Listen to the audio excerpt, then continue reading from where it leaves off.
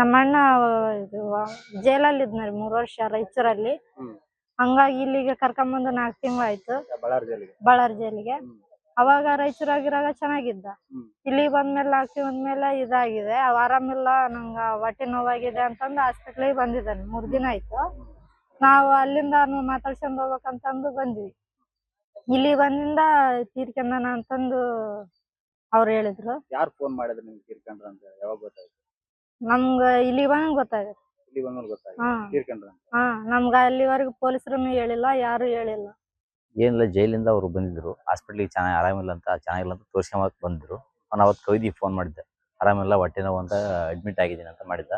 ಅವ್ರ ಸಿಸ್ಟರ್ ಎಲ್ಲ ಬೆಂಗಳೂರಾಗಿದ್ರು.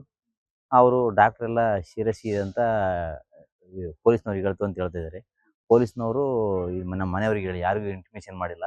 ಇದಕ್ಕೆ ಇಂಟಿಮೇಷನ್ ಮಾಡಿದ್ರೆ ಬೆರಳ ಮೇಲೆ ಬಂದು ಪ್ರೈವೇಟ್ಗೆ ಎಲ್ಲ ತೋರಿಸ್ಬೋದಾಗಿತ್ತು. ಈ ಸಾವಿಗೆ ಪೊಲೀಸ್ನವರು ಇತ್ತು ಡಾಕ್ಟ್ರೇ ಕಾರಣ ಅಂತ